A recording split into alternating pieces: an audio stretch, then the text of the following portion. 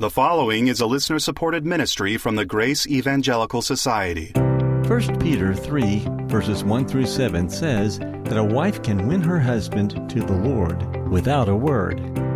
Welcome to Grace in Focus, the radio broadcast and podcast ministry of the Grace Evangelical Society, as today, Ken Yates interviews an attendee to our recently held 2024 National Conference, and I know you'll enjoy it.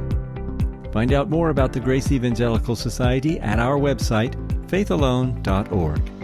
There you can read our daily blogs and find plenty of resources about the free grace position. That's faithalone.org. And now with today's Grace in Focus episode, here is Ken Yates interviewing Jack Maur.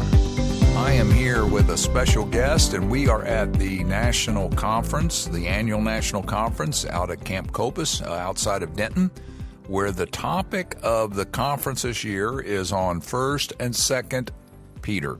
Jack Maur and I go back a long way. I was a Army Chaplin, and I met Jack early in my career and early in his career. And we met in Hawaii. We were stationed together at Schofield Barracks. He was a lieutenant there, just had a new baby. He and his wife, Cindy, well, really, I think our wives knew each other first. Cindy and my wife, Pam, they were doing some of the wives' functions in the unit. We were in an infantry unit in Hawaii with the 25th Infantry Division.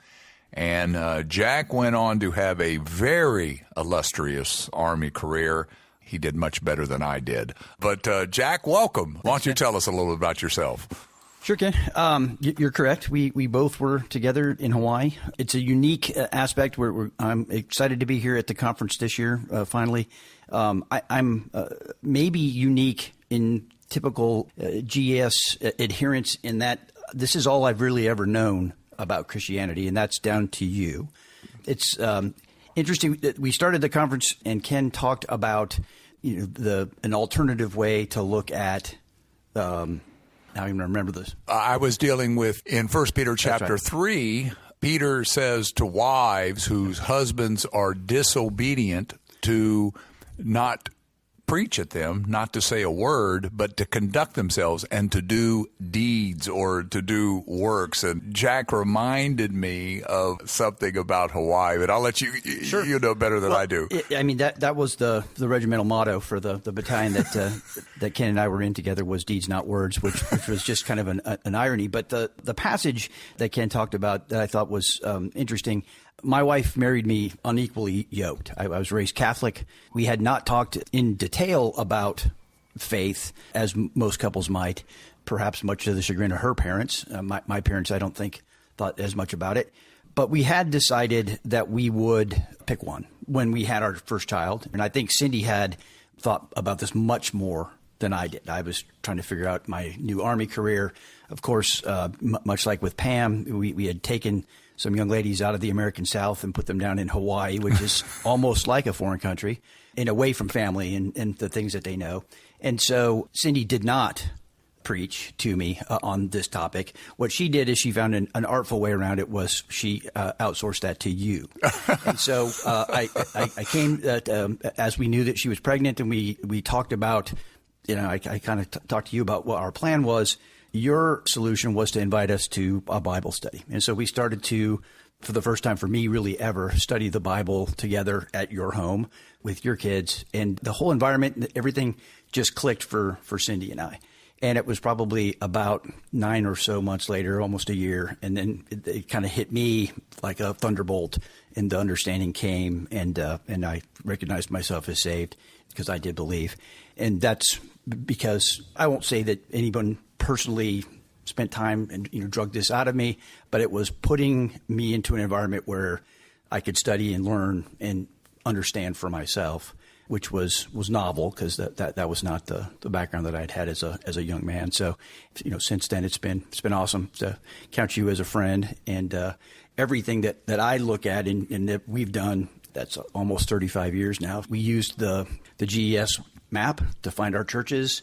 For a while we would tag team. We followed you to Fort Hood. Yeah, we were together. It wasn't just Hawaii. That's right. We were, for the Army guys out there, we were also stationed at Fort Hood. We did a trip out to NTC That's right. together. Oh, that was miserable for me. You probably liked it, but NTC was the National Training Center out in California, out in Death Valley, or very near it, and it's so hot. I was just miserable in the heat and the dust. But we did Bible studies together, That's right. and our family did stuff together, and it was just great. So that's why I say, for me, having Jack here is a special privilege. Nope. Again, that extended family part, both of us, Fort Benning, because they had the family life chaplaincy school there at Fort Benning, and I think a little bit of overlap there, but you were in Atlanta, too, for a while at post formerly known as Fort McPherson, while we were at the post formerly known as Fort Benning, now Fort Moore, there in Columbus, and so lots of drives back and forth between Atlanta and Columbus.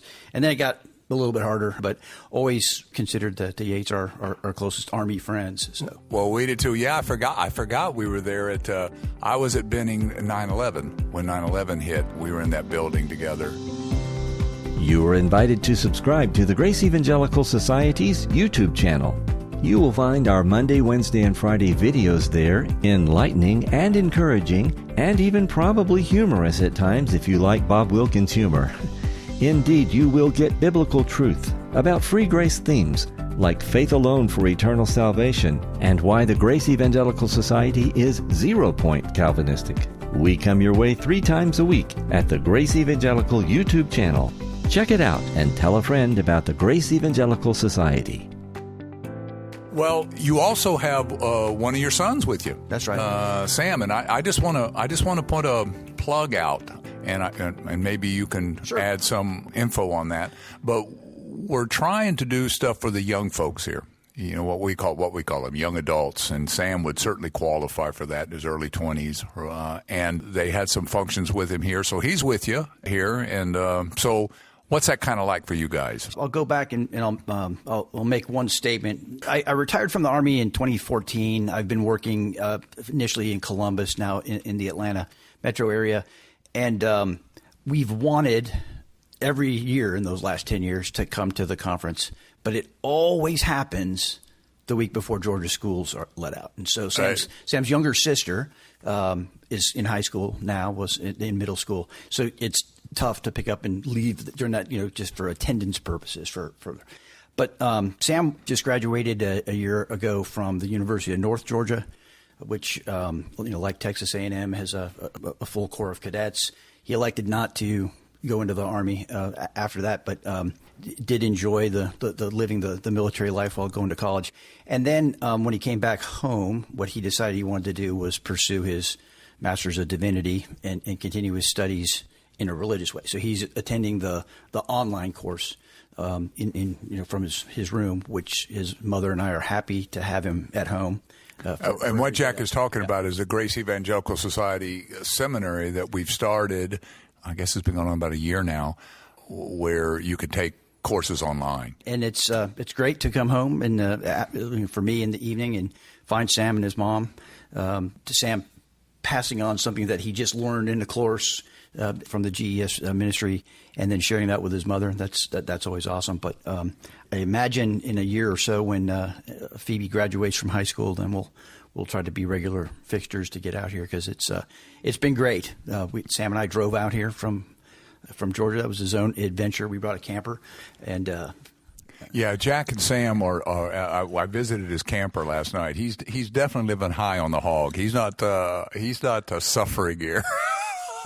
I dropped 2 friends over to meet Jack last night. I said, we'll go see how the other half live. I mean, it's nice here. The rooms we have, I have a nice room. I can't complain. But, yeah, it's a different ballgame when you go into this. What is it, a 35-foot trailer you bring? It's long. It's a long one, yep. and plenty of space for Sam and I. I mean, it could hold up to 10 people. Normally it does. It's full of grandkids and kids. But with Sam and I alone, we can just stay at opposite ends and share the space. But it's also familiar, right? I mean, it's not like you stay in a hotel. You're not used to it, and maybe you've never been there before. For us, it's just the camper. But it does come with all of its own excitement and challenges at times. So what is I'm hoping to interview Sam here to talk about what the young people are doing here. But what is his... and even Cindy's, what's the thought about the seminary? Is it helpful in the sense that it's what we say, very convenient? We do it online and things like that. What What is his comments about that? Yeah, no, I mean, he loves it. It's certainly not a burden. I mean, he built his, what he does and around the fact that that's the primary thing that he's doing is going to school. He works at Michael's, and which is, if you don't know, they have an odd business model in that they don't really, if you've ever been in one, they don't have a back room. There's no warehousing space, so stuff goes out on the shelves. So Sam, on a typical day, gets up at like 3 and shows up to work between 3:30 and 4 and unloads a truck. And then, he's there until the store opens and stuff. So which obviously isn't going to get in the way of any class time. Sure. But like I said, we're happy to have him at the house. I think that he's certainly learning and growing. The other challenge that Cindy and I have is, back to we're always so dependent on the GES map. Atlanta is like this great big black hole. We just can't find close anyway. Sure. In the North Metro area to find a Free Grace church. She and I belong to a church now in Athens, so we drive an hour and 20 minutes every Sunday out to great teaching in a close-knit community. But it's tough to be a part of a church when you've got to commute like that. And you also have traffic, the Atlanta traffic you got to deal with, sure. Right? If you have things. Yeah, Sundays isn't so bad, but if you wanted to come in on Wednesday night for prayer meeting and other stuff like that, then it becomes its own, much more difficult challenge. And so with the kids, we've not tried to force them. Phoebe comes with us, but for the older kids, they go to a different church. All of our kids are right there close. Even our oldest only lives about 5 minutes away. And so, but it's good because the church that they're at, maybe they can recognize where the differences are in the teaching, and then they're trying to work, I think, from the inside to be influential and explain where those differences might be with a church that might emphasize, quite frankly, would be much more Lordship salvation sure. in its orientation. Well, I was so excited to have Jack on here because he's not only is he an old and a very close friend, but also it shows you that people come to grace in so many different ways. Who would have thought that an infantry lieutenant and me, who grew up Catholic, that we would get together and that 35 years later we would be attending the Grace Evangelical Society conference together. That's right. So, Jack, it's so great to have you here. Bless you and your family, and I hope that's an encouragement for you as you minister to other people as well. And in the meantime, keep grace in focus. Be sure to check out our daily blogs at faithalone.org. They are short and full of great teaching, just like what you've heard today. Find them at faithalone.org/resources/blog. We would love to hear from you. Maybe you've got a question, comment, or some feedback. If you do, please don't hesitate to send us a message. Here's our email address. It's radio@faithalone.org.